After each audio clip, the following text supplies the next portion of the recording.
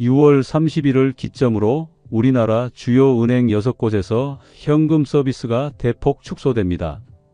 국민은행, 신한은행, 하나은행, 우리은행, 농협은행, 기업은행이 바로 그 대상입니다.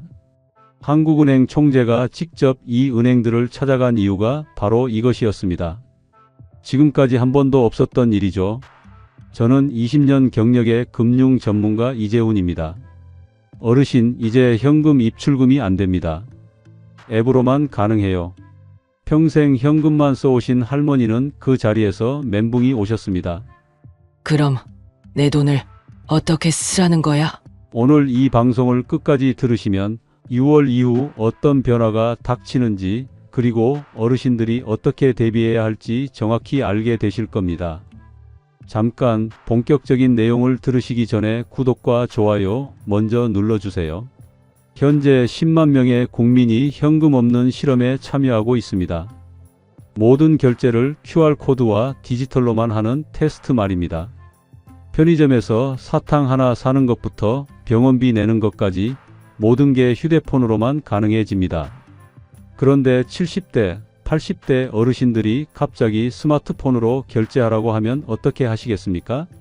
더 심각한 건 이런 큰 변화가 우리 국민들과 충분한 상의도 없이 진행되고 있다는 점입니다. 여러분, 정확히 무슨 일이 벌어지고 있는지 말씀드리겠습니다. 이창용 한국은행 총재가 직접 발걸음한 곳이 6곳입니다. 여러분이 매일 이용하시는 바로 그 은행들이에요. 국민은행, 신한은행, 하나은행, 우리은행, 농협은행, 기업은행. 20년간 금융업계에서 일해오면서 이런 일은 처음 봅니다. 보통은 은행장들이 한국은행에 가는 게 상식인데 이번엔 총재가 직접 나섰다는 거예요. 그만큼 급하고 중요한 일이라는 뜻입니다. 그 자리에서 총재가 강조한 게 2가지 프로젝트였습니다. 첫 번째는 프로젝트 아고라, 국제 디지털 결제 시스템이고, 두 번째는 프로젝트 한강, 우리나라 디지털 화폐 실험입니다. 쉽게 말해서 CBDC, 중앙은행 디지털 화폐라는 겁니다. 한국은행에서 직접 만드는 전자돈이라고 생각하시면 됩니다. 지금까지는 현금이나 카드로 결제했잖아요. 앞으로는 예금 토큰이라는 새로운 방식으로 돈을 써야 할 수도 있다는 겁니다. 여러분 혹시 아세요? 지금 이 순간에도 한국은행의 디지털 화폐 실험 프로젝트 한강이 진행 중입니다. 2025년 4월부터 6월 말까지 최대 10만 명의 국민이 실제 은행 예금을 예금 토큰으로 바꿔서 결제해보는 테스트에 참여하고 있습니다. 사탕 하나 사는 일부터 병원비까지 모든 결제를 QR코드로만 할 수 있도록 체험하고 있는 거죠.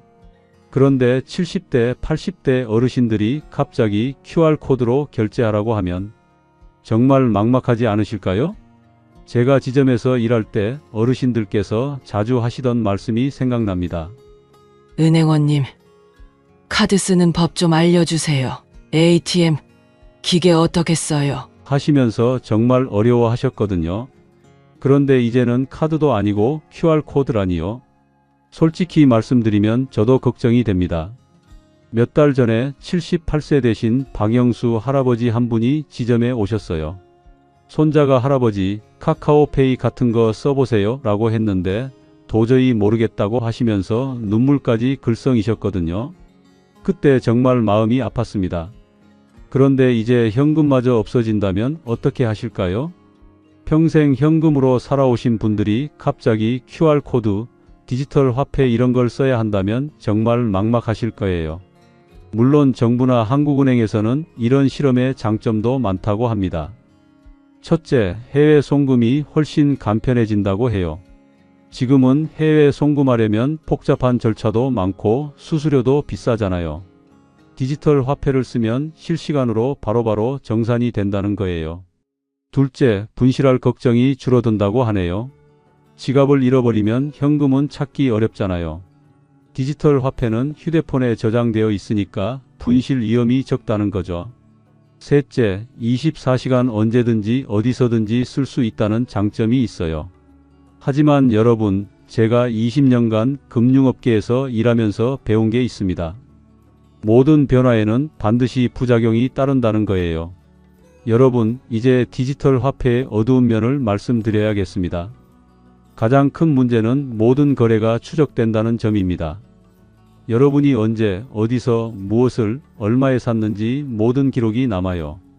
지금까지는 현금으로 사면 누가 뭘 샀는지 알 수 없었잖아요. 그런데 이제는 모든 게 기록됩니다. 마치 누군가가 여러분의 하루하루를 감시하는 것과 같아요. 개인정보 보호 측면에서 보면 정말 걱정스러운 일이죠. 제가 상담했던 사례를 하나 말씀드릴게요. 75세 이영희 할머니께서 지난달에 저희 센터에 오셨어요. 은행원님, 제 거래 내역 다른 사람이 볼 수 있나요? 하고 걱정스럽게 물어보시더라고요. 당시에는 아닙니다. 본인만 볼 수 있어요 라고 안심시켜 드렸는데 이제는 뭐라고 대답해야 할지 모르겠어요. 디지털 화폐가 되면 정부에서도 은행에서도 여러분이 뭘 사는지 다 알 수 있거든요. 그리고 해킹이나 시스템 오류가 생기면 어떻게 될까요? 인터넷 뱅킹도 가끔 먹통이 되잖아요. 그런데 디지털 화폐까지 문제가 생기면 정말 큰일입니다. 돈을 쓸 수가 없으니까 말이에요. 현금이 있으면 그나마 대안이라도 있는데 현금마저 없어지면 정말 답이 없죠. 특히 우리 어르신들이 가장 걱정하실 부분이 바로 이거예요. 휴대폰을 분실하거나 해킹당하면 어떻게 하냐는 거죠.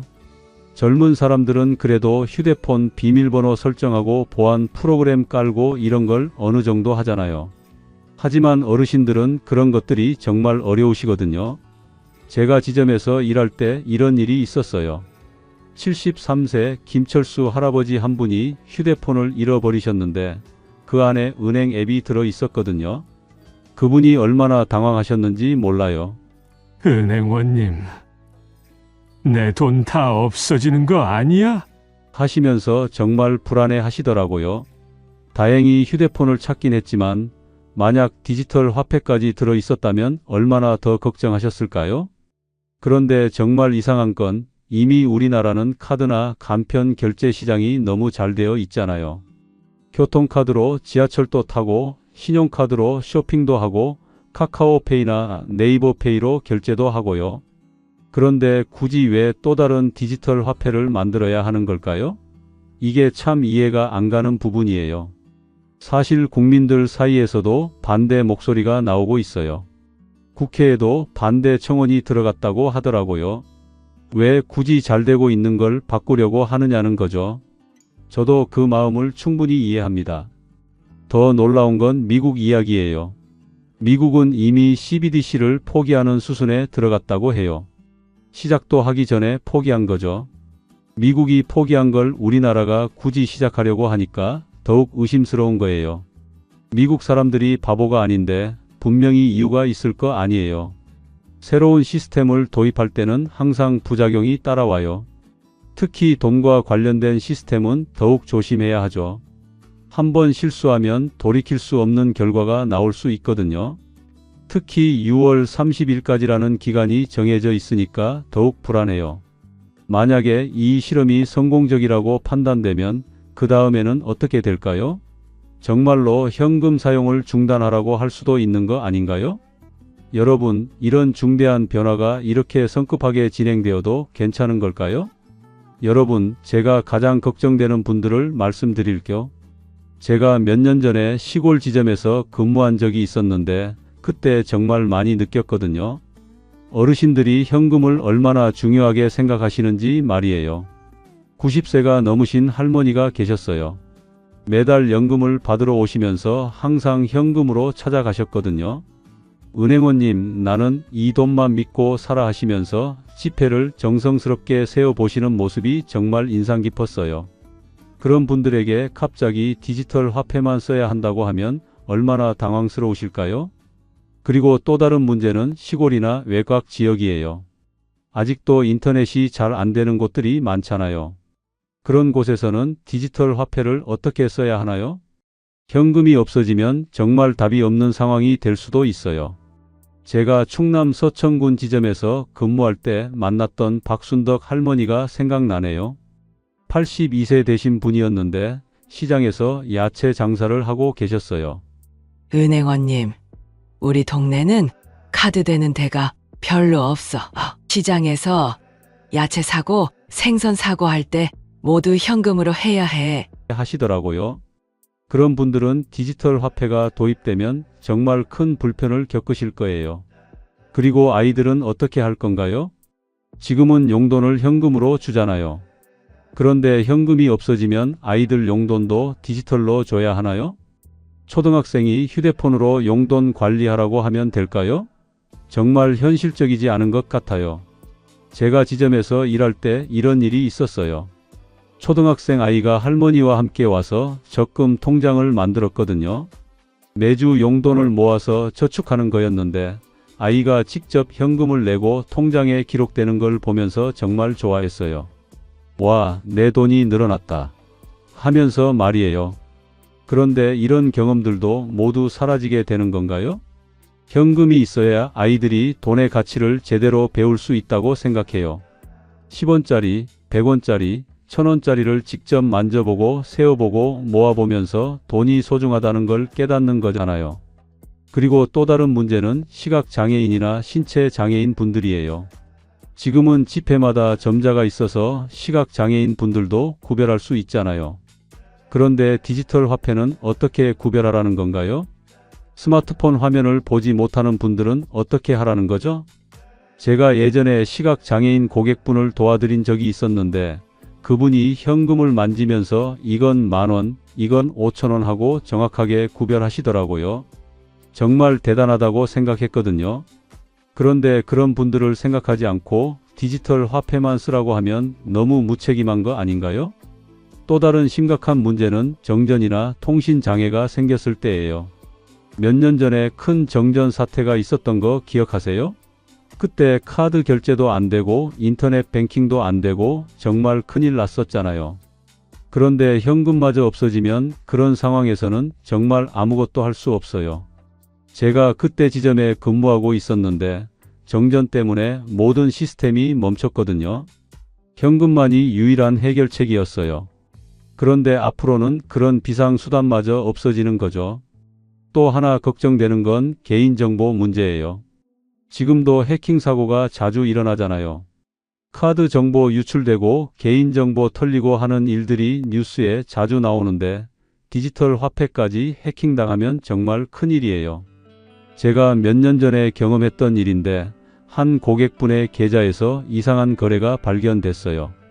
본인이 하지 않은 거래였는데 해킹당한 거였거든요. 그때 그분이 얼마나 당황하셨는지 몰라요. 다행히 은행에서 보상해 드렸지만 그런 일이 디지털 화폐에서도 생길 수 있거든요. 그런데 현금은 해킹당할 위험이 없잖아요. 물리적으로 존재하는 돈이니까 말이에요. 여러분, 가장 큰 문제는 나이 드신 분들의 디지털 격차예요. 젊은 사람들은 새로운 기술에 빨리 적응하지만 어르신들은 그렇지 않잖아요. 특히 70대, 80대 되신 분들은 스마트폰 자체를 어려워하시는데 거기에 디지털 화폐까지 써야 한다면 정말 큰 부담이 될 거예요. 제가 직접 경험한 일인데 84세 조영수 할아버지 한 분이 ATM 사용법을 배우려고 몇 번이나 오셨어요. 그런데 매번 헷갈리시더라고요. 이 버튼을 누르라고 했나? 저 버튼을 누르라고 했나 하시면서 정말 힘들어 하셨거든요. 결국 몇 달 후에 포기하시고 창구에서만 거래하시게 됐어요. 그런 분들에게 갑자기 QR코드, 디지털 지갑 이런 걸 써야 한다고 하면 어떻게 하실까요? 정말 막막하실 거예요. 게다가 혼자 사시는 어르신들은 물어볼 사람도 없잖아요.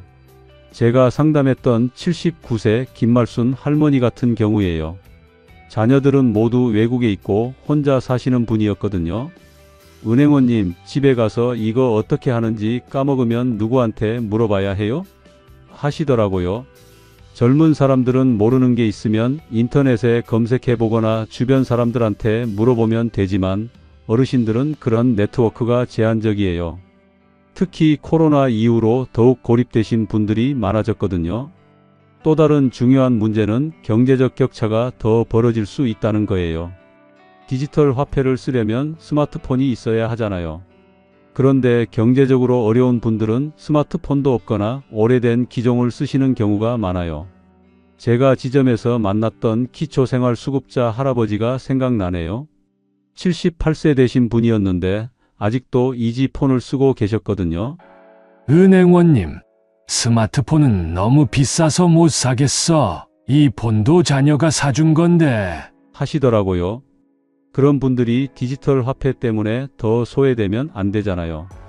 그리고 정말 무서운 건 디지털 화폐가 생기면 새로운 사기 유형들이 더 많이 나올 거라는 점이에요. 지금도 메신저 피싱이나 스미싱 같은 사기가 얼마나 많은가요? 어르신들이 특히 많이 당하시잖아요.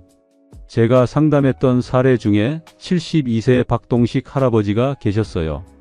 문자 메시지를 받고 ATM 기계에서 돈을 이체하시다가 사기를 당할 뻔했거든요. 다행히 직원이 발견해서 막았지만 정말 아찔했어요. 그런데 디지털 화폐는 훨씬 더 복잡하니까 사기꾼들이 이용할 여지가 더 많을 거예요. 할아버지, 디지털 화폐 보안 업데이트 해드릴게요. QR코드 찍어보세요. 이런 식으로 속일 수도 있는 거죠. 여러분, 정말 중요한 건 이런 큰 변화를 할 때는 국민들의 의견을 충분히 들어야 한다는 거예요. 특히 가장 큰 영향을 받을 어르신들의 목소리는 제대로 반영되고 있는지 의문이에요. 20년 동안 금융업계에서 일하면서 배운 건데 고객들이 불편해하는 변화는 결국 실패하더라고요. 아무리 좋은 기술이라도 사람들이 받아들이지 않으면 소용없거든요. 특히 돈과 관련된 건 더욱 그래요. 제가 예전에 새로운 ATM 기계가 도입됐을 때를 기억해요.